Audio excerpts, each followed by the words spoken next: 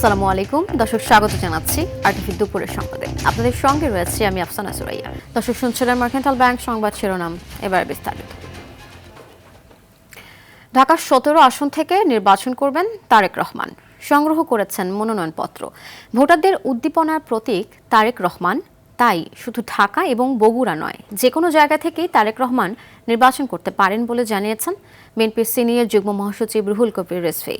মির্জা ফখরুল ইসলাম আলমগীর বলেছেন, বিএনপি ক্ষমতায় গেলে কোরআন সুন্নাহ বিরোধী কোনো আইন করবে না। মাইদুর রহমান রুবেল জানাচ্ছেন এরই বিস্তারিত। ত্রয়োদশ জাতীয় সংসদ নির্বাচনে ঢাকা ১৭ আসন থেকে মনোনয়নপত্র সংগ্রহ করেছেন বিএনপির ভারপ্রাপ্ত চেয়ারম্যান তারেক রহমান। তার পক্ষে বিএনপি চেয়ারপারসনের একান্ত সচিব এবিএম আব্দুস সাত্তার ঢাকা বিভাগীয় কমিশনার সফরউদ্দিন আহমেদ চৌধুরীর কার্যালয় থেকে মনোনয়নপত্র সংগ্রহ করেন। তারেক রহমান ঢাকা মহানগর গুলশান এলাকার জনসাধারণ ভোটারদের আগ্রহ এবং দাবির প্রেক্ষিতে সিদ্ধান্ত নিয়েছেন এই আসন থেকে আগামী জাতীয় সংসদ নির্বাচনে অংশগ্রহণ করব। সেই প্রেক্ষিতে তার পক্ষ থেকে আমি বিভাগীয় কমিশনার এবং রিটার্নিং অফিসার কার্যালয় থেকে এই মুহূর্তে আমি এই মনোনয়নপত্র ফর্ম সংগ্রহ করলাম।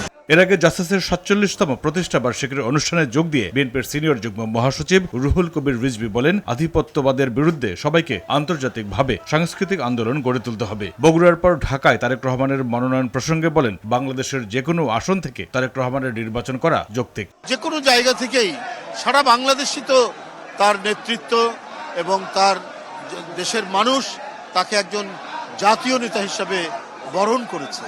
তো উনি যে কোনো জায়গা থেকেই উনি দাঁড়াতে পারেন। ঢাকা যেহেতু কেন্দ্রীয় রাজধানী, সুতরাং পরিচালনা করা, নেতৃত্ব দেওয়া, এটাও আমি মনে করি এই দাঁড়ানোটা অত্যন্ত যৌক্তিক। এদিকে ঠাকুরগাঁয়ে নিজ এলাকায় মির্জা ফখরুল ইসলাম আলমগীর বলেন, শেখ মুজিবের আমলে বাংলাদেশে ইসলামের কথা বলা যেত না। বিএনপি ক্ষমতায় গেলে এমন কোনো আইন করবে না যাতে ইসলামের কোনো ক্ষতি হয়। অনেকেই আপনাকে বিভ্রান্ত সৃষ্টি করার জন্য বলে আমরা নাকি কোরআন ও সুন্নাহর আইন চাই না। নাউজুবিল্লাহ, আমরা সবসময় কোরআন ও সুন্নাহর মধ্যেই আমরা থাকতে চাই। আমাদের বংশ সেটা, আমাদের রক্তের মধ্যে সেটা। আমরা গর্বিত যে আমি একজন মুসলমান। আমরা কমিটেড, আমরা অঙ্গীকারবদ্ধ যে এই দেশে আমরা কোরআন ও সুন্নাহর বাইরে কোনো আইন আমরা করতে দেব না। মাইদুর রহমান রুবেল, আরটিভি, ঢাকা। এই প্রথম বিএনপি চেয়ারপারসনের রাজনৈতিক কার্যালয়ে দলের ভারপ্রাপ্ত চেয়ারম্যান তারেক রহমান। গুলশান চেয়ারপারসনের অফিস নেওয়া হয় ২০০৮ সালে নির্বাচন শুরু হওয়ার পর। দর্শক, এই মুহূর্তে গুলশানে বিএনপি ভারপ্রাপ্ত চেয়ারম্যান তারেক রহমানের বাসভবনের সামনে আছেন সহকর্মী শামীম চৌধুরী। সরাসরি যুক্ত হচ্ছি তার সঙ্গে। শামীম, তারেক রহমান গুলশান অফিসে কখন নাগাদ যাবেন এবং সেখানে তার কার্যক্রম কি হতে পারে আজ?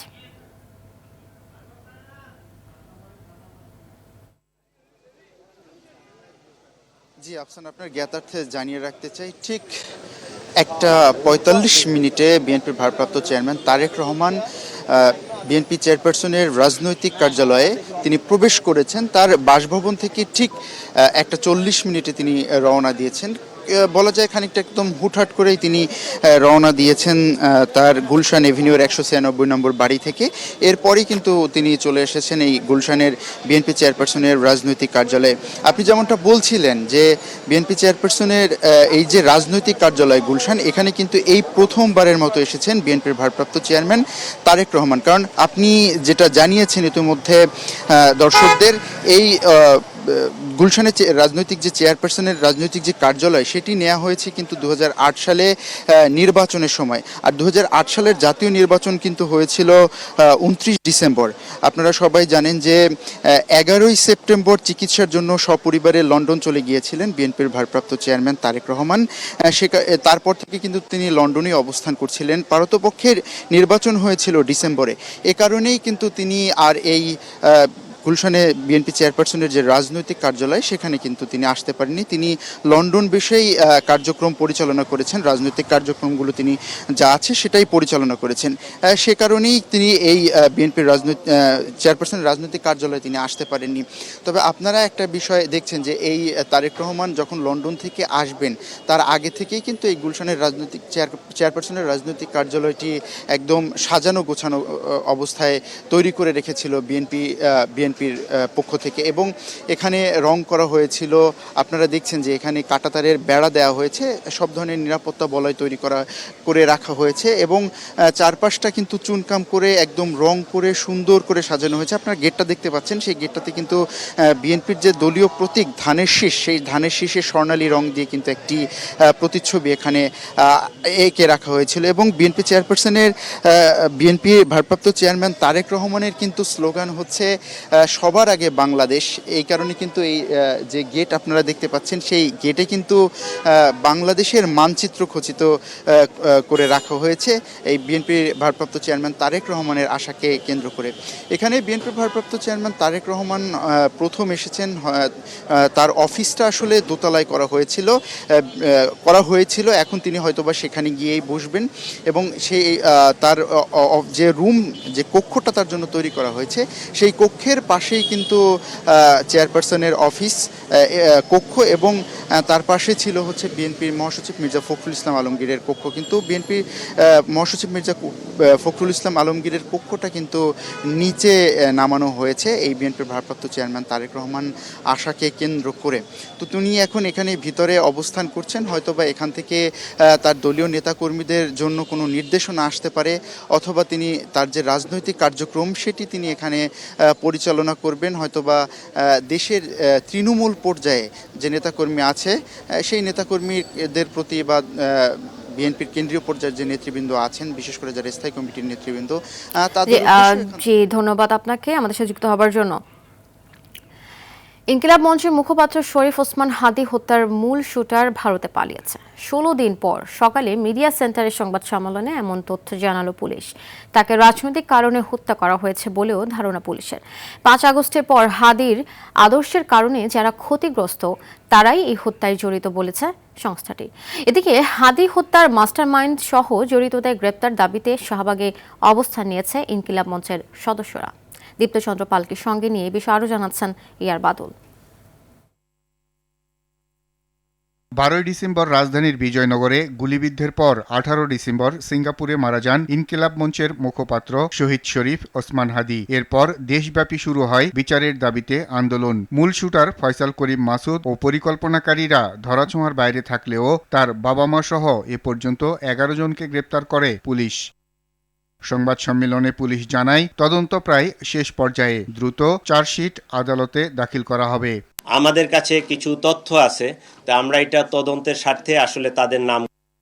মূল শুটার ফয়সাল করিম মাসুদকে ভারতে পালাতে সহযোগিতা করা 2 জনকে মেঘালয় পুলিশ গ্রেপ্তার করেছে। হত্যাকাণ্ডটি পূর্ব পরিকল্পিত হওয়ায় আসামি শনাক্তের আগেই তারা সীমান্ত দিয়ে ভারতে পালিয়ে যায়। যেহেতু আমরা সিদ্ধান্ত নিয়েছি যে, এবং আমরা গুছাই নিয়েছি যে আগামী জানুয়ারি 7 তারিখের ভিতরে, তখন তো চার্জশিট দিলে 5 আগস্টের পর হাদীর আদর্শের কারণে যারা ক্ষতিগ্রস্ত তারাই এই হত্যায় জড়িত। তবে ভারতের বিরুদ্ধে কথা বলাতেই ওসমান হাদীকে হত্যা করা হয়েছে কিনা তাও খতিয়ে দেখছে গোয়েন্দারা। যেই গুলিটা করেছে এর পিছনের রাঘবপাল কারা আমরা জানতে চাই। ওসমান হাদীকে শুধু এই শুটার নিজ উদ্যোগে খুন করে নাই আমরা জানি, বাংলাদেশের 8 বিভাগে অবরোধ কর্মসূচি ঘোষণা করছে। এদিকে শাহবাগে অবস্থান নিয়ে ওসমান হাদীর মূল হোতাদের গ্রেপ্তারের দাবিতে আন্দোলন করছেন সংগঠনটির নেতারা। এরই মধ্যে বিভাগীয় শহরগুলোতে অবরোধের ডাক দিয়েছে ইনকিলাব মঞ্চ। আর বাদল, RTV, ঢাকা। দর্শক, এই বিষয়ে আরো জানাতে রাজধানীর শাহবাগ শহীদ হাদী চত্বর থেকে যুক্ত হচ্ছেন সহকর্মী দীপ্ত চন্দ্র পাল। দীপ্ত, ইনকিলাব মঞ্চের সদস্যদের অবস্থান এবং অবরোধের বিষয়ে কি তথ্য রয়েছে আপনার কাছে, জানাবেন বিস্তারিত। আফসানা, যেমনটি বলছিলেন যে ইনকিলাব মঞ্চ কিন্তু ইতিমধ্যে যে শাহবাগ হাদী চত্বরে তারা কিন্তু অবস্থান করছে, এবং তাদের যে পূর্ব ঘোষণা অনুযায়ী যে বেলা 2টা থেকে সারা দেশে যে আন্দোলন করার কথা রয়েছিল, সেই প্রতিবাদ সভা বা আন্দোলন যাই বলি না কেন সেটি কিন্তু তারা শুরু করেছে। তবে তাদের যে মূল অংশ ইনকিলাব মঞ্চের নীতি নির্ধারক যারা, তারা এখনও ডাকসুতে রয়েছে, সেখানে তাদের আলোচনা চলছে, এবং আলোচনার পরে তারা এই আন্দোলনে জড়ো হবে, এবং তাদের যে কর্মসূচি যে হাদী হত্যার যে হত্যাকারী তাকে প্রকাশ্যে এনে মানে ভারত থেকে এনে প্রকাশ্যে বিচারের যে দাবিটি সেটি কিন্তু তারা বরাবরই বলছে। এবং আজকে হাদিকে নিয়ে ডিএমপির একটি সংবাদ সম্মেলন ছিল, সেখানে কিন্তু ডিএমপির পক্ষ থেকে জানানো হয়েছে যে হাদির যে মূল শুটার এবং তার সহযোগী তারা কিন্তু ভারতে পালিয়ে গিয়েছে এবং তাদেরকে সহায়তাকারী বাংলাদেশে অবস্থানকারী 11 জনকে হাদি ফয়সালের বাবা মা সহ 11 জনকে তারা গ্রেপ্তার করতে সক্ষম হয়েছে। এবং বাংলাদেশ বর্ডার পার করার পরে বর্ডার থেকে যারা ইন্ডিয়ার মেঘালয় রাজ্যে নিয়ে গিয়েছে এমন 2 জনকে কিন্তু মেঘালয় পুলিশ গ্রেপ্তার করেছে, এই তথ্যটি জানিয়েছে। এবং তাদের তদন্ত প্রায় শেষ পর্যায়ে, আগামী 7 থেকে 10 দিনের ভিতরে তারা চার্জশিট প্রদান করতে পারবে এবং কিছু তদন্তের স্বার্থে গুরুত্বপূর্ণ তথ্য কিন্তু তারা প্রকাশ করতে চায়নি। তবে যেটি এই আকার ইঙ্গিতে বলেছেন যে রাজনৈতিক কারণেই এই হাদিকে হত্যাকাণ্ড, তবে এর সাথে ভারত জড়িত কিনা তা তদন্ত করে দেখা হচ্ছে, এমনটি কিন্তু জানিয়েছে। তো এই ব্রিফিংয়ের পরে আজকে দুপুর 2টা থেকে ইনকিলাব মঞ্চের এখানে অবস্থান করার কথা রয়েছে এবং তারা ইতিমধ্যে অবস্থান করছে, কিন্তু তাদের যে মূল অংশ তারা এখনও আলোচনা করছে। আলোচনার পর আসলে এখানে আসবেন এবং তাদের যে পরবর্তী কার্যক্রম সেটি কিন্তু জানাবেন। এর আগে গতকালকেও তারা শাহবাগ চত্বরে অবস্থান করেছিল এবং সেখান থেকে সরকারের আশ্বাসের পর তারা চলে গিয়েছিল। তো আফসানা, এই ছিল আমার কাছে হাদি চত্বর শাহবাগ থেকে সবশেষ তথ্য। আফসানা। ধন্যবাদ দীপ্ত আমাদের সাথে যুক্ত হওয়ার জন্য। দেশের 26তম প্রধান বিচারপতি হিসেবে শপথ গ্রহণ করেছেন জুবায়ের রহমান চৌধুরী। রোববার সকালে রাষ্ট্রপতি মোহাম্মদ শাহাবুদ্দিন তাকে শপথ বাক্য পাঠ করান। এ সময় উপস্থিত ছিলেন প্রধান উপদেষ্টা ডক্টর মোহাম্মদ ইউনূস। সংবিধান অনুযায়ী 67 বছর পূর্ণ হওয়ায় সাবেক প্রধান বিচারপতি সৈয়দ রেফাত আহমেদ শনিবার 27 ডিসেম্বর আনুষ্ঠানিকভাবে অবসরে যান। তার স্থলাভিষিক্ত হন বিচারপতি জুবায়ের রহমান চৌধুরী। এ বিষয়ে আরও জানাচ্ছেন শাকিবুর রহমান। লক্ষ্যে মঞ্চে আসার জন্য সবিনয় অনুরোধ জানাচ্ছি। দেশের 26তম প্রধান বিচারপতি হিসেবে শপথ গ্রহণ করলেন বিচারপতি জুবায়ের রহমান চৌধুরী। রোববার সকাল 10:30টায় বঙ্গভবনে রাষ্ট্রপতি মোহাম্মদ শাহাবুদ্দিন নতুন প্রধান বিচারপতিকে এ শপথ বাক্য পাঠ করান। আমি বাংলাদেশের সংবিধান ও আইনের রক্ষণ সমর্থন ও নিরাপত্তা বিধান করিব। শপথ অনুষ্ঠানে অন্তর্বর্তী সরকারের প্রধান উপদেষ্টা ডক্টর মোহাম্মদ ইউনূস সহ একাধিক উপদেষ্টা ও বিভিন্ন পর্যায়ের উচ্চপদস্থ কর্মকর্তারা উপস্থিত ছিলেন। নতুন প্রধান বিচারপতি জুবায়ের রহমান চৌধুরী 1961 সালের 18 মে বরিশাল জেলার মেহেদীগঞ্জ উপজেলার উলানিয়া গ্রামে জন্মগ্রহণ করেন। এর আগে তিনি বাংলাদেশ সুপ্রিম কোর্টের আপিল বিভাগের বিচারপতি ছিলেন। তার বাবা প্রয়াত AFM আব্দুর রহমান চৌধুরীও সুপ্রিম কোর্টের বিচারক ছিলেন। জুবায়ের রহমান চৌধুরী ঢাকা বিশ্ববিদ্যালয় থেকে LLB অনার্স ও LLM ডিগ্রি গ্রহণের পর যুক্তরাজ্য থেকে আন্তর্জাতিক আইনে LLM করেন। 1985 সালে জর্জ কোর্টে ও 1987 সালে সুপ্রিম কোর্টের হাইকোর্ট বিভাগে আইনজীবী হিসেবে তালিকাভুক্ত হন জুবায়ের রহমান চৌধুরী। শাকিবুর রহমান, RTV, ঢাকা। জুলাই গণঅভ্যুত্থানের প্রথম শহীদ আবু সাঈদ হত্যা মামলায় তদন্ত কর্মকর্তা রুহুল আমিনের সাক্ষ্য গ্রহণ চলছে। আজ তাকে দ্বিতীয় দিনের মতো জেরা করছেন আসামি পক্ষের আইনজীবীরা। বিচারপতি নজরুল ইসলাম চৌধুরীর নেতৃত্বাধীন আন্তর্জাতিক অপরাধ ট্রাইব্যুনাল 2-এ চলছে এই সাক্ষ্য। এছাড়া এই ট্রাইব্যুনালে জুলাই হত্যাকাণ্ডের মানবতা বিরোধী অপরাধে কার্যক্রম নিষিদ্ধ আওয়ামী লীগের সাধারণ সম্পাদক ওবায়দুল কাদেরের একটি এবং ময়মনসিংহের আরও একটি মামলার বিচারিক কার্যক্রম রয়েছে। সকালে এসব মামলায় গ্রেপ্তার 12 জনকে ট্রাইব্যুনালে আনা হয়।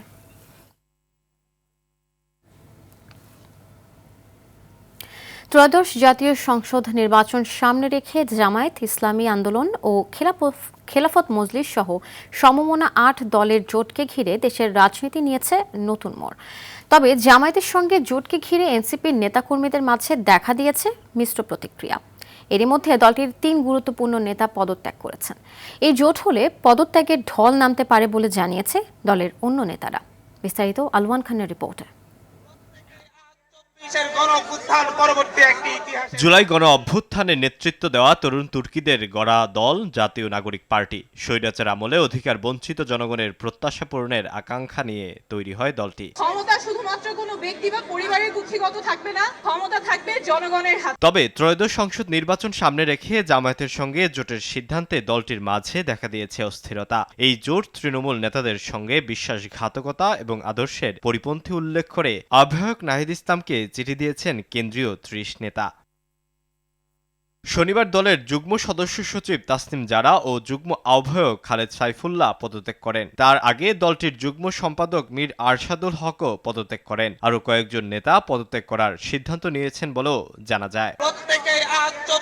দলটির নারী নেতারা এই জোট নিয়ে উদ্বেগ প্রকাশ করেন। দলটির জ্যেষ্ঠ যুগ্ম আহ্বায়ক সামান্তা শারমিন ফেসবুক পোস্টে বলেন, জামাত নির্ভরযোগ্য রাজনৈতিক মিত্র নয়, এই জোট এনসিপির জন্য ঝুঁকিপূর্ণ বলেও উল্লেখ করেন তিনি। তাছাড়া দলটির আরেক যুগ্ম সদস্য সচিব নুসরাত তাবাসসুম নীতির চেয়ে রাজনীতি বড় নয় উল্লেখ করে পোস্ট দেন ফেসবুকে। জোট করতে নাহিদ ইসলাম ও আখতার হোসেন সহ শীর্ষ নেতারা জামায়াতের আমিরের সঙ্গে তার বাসভবনে দেখা করেন। এনসিপির শীর্ষ ৫ নেতা সহ বড় একটি অংশ জামায়াতের সঙ্গে আসন ভাগাভাগির পক্ষে মত দিলেও ৫ নারী নেতা সহ প্রায় ৩০ জন সদস্য প্রকাশ্যে এর বিরোধিতা করেন। আলোয়ান খান, RTV। প্রশাসনের নাকের ডগায় চলছে কুমিল্লার গোমতী নদীর মাটি লুট। নদীর দেবিদ্বার উপজেলা অংশের ১০ কিলোমিটারের বিভিন্ন পয়েন্টে মাটি লুটের সঙ্গে জড়িত স্থানীয় একটি প্রভাবশালী সিন্ডিকেট। অভিযান চালিয়েও তাদেরকে দমন করতে পারছে না প্রশাসন। দিনে কড়াকড়ি থাকায় রাতের অন্ধকারকে বেছে নিচ্ছে মাটি খেকোরা। কুমিল্লা থেকে আবুল খায়েরের পাঠানো তথ্যচিত্রে আরও জানাচ্ছেন আব্দুল হামিদ। কুমিল্লার দেবিদ্বার উপজেলার গোমতী নদীর ১০ কিলোমিটারের ২০টি পয়েন্ট থেকে অবৈধভাবে মাটি কাটার মহোৎসব শুরু করেছে একটি প্রভাবশালী সিন্ডিকেট। এতে হুমকির মুখে পড়েছে বেড়িবাঁধ, ক্ষতিগ্রস্ত হচ্ছে কৃষি জমি। মাটি নেয়ার কাজে নিয়োজিত কয়েক শত ট্রাক্টরের কারণে ভেঙে যাচ্ছে স্থানীয় সড়ক। রাতের আধারে মাটি যাচ্ছে দেবিদ্বার ও মুরাদনগর উপজেলার বিভিন্ন ইটভাটায়।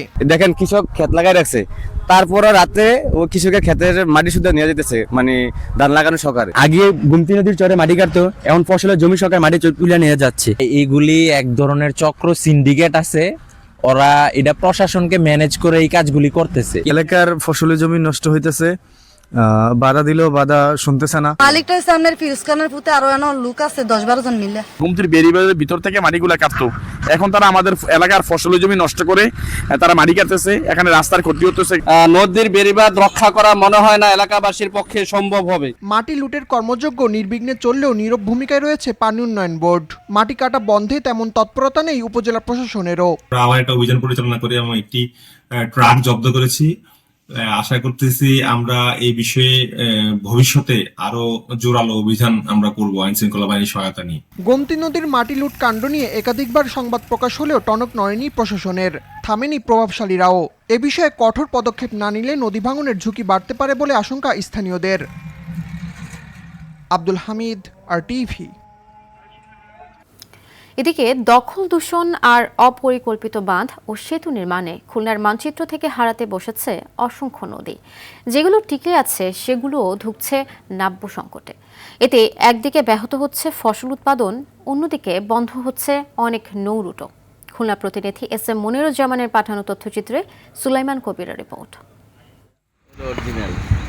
নদীমাতৃক বাংলাদেশের বিভাগীয় শহর খুলনা বৃহত্তর উপকূলীয় অঞ্চল দ্বারা বেষ্টিত। জেলার রূপসা, ডুমুরিয়া, কয়রা, দাকব সহ ৯ উপজেলার উপর দিয়ে বয়ে গেছে ৩৭টি নদ নদী। তবে উৎসমুখে বাঁধ, প্রভাবশালীদের দখল আর কলকারখানার বর্জ্যসহ নানা কারণে এসব নদীর ৮০% এখন অস্তিত্ব সংকটে ভুগছে। একসময় যেসব নদীতে চলতো বড় বড় নৌযান, সেগুলোতে এখন ডিঙি নৌকাও চলা কঠিন। অনেক নদী আবার পরিণত হয়েছে মৃতপ্রায় খালে। এতে জেলেদের কমেছে কর্মসংস্থান, শুকনা মৌসুমে ফসল চাষে পাওয়া যায় না পানি, আবার বর্ষা মৌসুমে দেখা দেয় তীব্র জলাবদ্ধতা। বিল ডাকাতিয়া সহ আশপাশে যে বিলগুলো আছে সবই পানির তলে। সরকার বাজেট দিচ্ছে, এই কন্ট্রাক্টর পকেট বাড়ি করতেছে। সম্প্রতি প্রায় ৪ কোটি টাকা ব্যয়ে ডুমুরিয়া শালতা নদীর ১.৩ কিলোমিটার খনন করেছে পানি উন্নয়ন বোর্ড। তবে কাজ নিয়ে নানা অভিযোগ তোলেন এলাকাবাসী। কন্ট্রাক্টর বা পানি উন্নয়ন বোর্ড এরা যে এই যে কাজটা করতেছে তো ফিরে ডবল আবার টাকা লাগবে। জোয়ারের পানি হলে কিংবা বর্ষা হলে ধুয়ে সেই গেটের মুখেই পড়তেছে। সমস্যা সমাধানে জরুরি ভিত্তিতে কিছু নদী খনন ও দখলমুক্ত করা সহ দীর্ঘমেয়াদী পরিকল্পনা হাতে নেয়ার কথা জানালেন পানি উন্নয়ন বোর্ডের কর্মকর্তারা। বিল ডাকাতিয়া এবং তৎসংলগ্ন অঞ্চলে জলাবদ্ধতা নিরসনের জন্য 48 কোটি টাকা ব্যয় সম্বলিত একটি প্রকল্প প্রস্তাবনা পরিকল্পনা কমিশনে অনুমোদনের জন্য পাঠানো হয়েছে। প্রকল্প আছে নদী এবং অবৈধ ইস্তেমা দখলমুক্ত আর কি, যেটা সালতা 9 কিলোমিটার, ওটা ডিপিপি পাস হয়েছে, আমরা টেন্ডার করেছি, তো আজকে কাজ শুরু হবে। নদী রক্ষায় আইনের যথাযথ প্রয়োগ ও ব্যক্তি পর্যায়ে সচেতনতা বাড়ানোর বিকল্প নেই বলে মনে করেন বিশেষজ্ঞরা। ত্রয়োদশ জাতীয় সংসদ নির্বাচনে শরীয়তপুর 3 আসনে মনোনয়নপত্র জমা দিয়েছেন বিএনপি মনোনীত সংসদ সদস্য প্রার্থী ও তারেক রহমানের সাবেক একান্ত সচিব মিয়া নুরুদ্দিন আহমেদ অপু। সকালে ভেদরগঞ্জ উপজেলা নির্বাহী অফিসার ও সহকারী রিটার্নিং অফিসারের কাছে মনোনয়নপত্র জমা দেন তিনি। এ সময় বিএনপির ভারপ্রাপ্ত চেয়ারম্যান তারেক রহমানের 31 দফা বাস্তবায়নের মাধ্যমে সমগ্র শরীয়তপুরকে আধুনিক ও উন্নত শহর হিসেবে গড়ে তোলার অঙ্গীকার করেন তিনি। দর্শক, দুপুরের সংবাদ এ পর্যন্তই। জেলা সংবাদ বিকেল 4:45টায় দেখার আমন্ত্রণ রইল। ধন্যবাদ সবাইকে।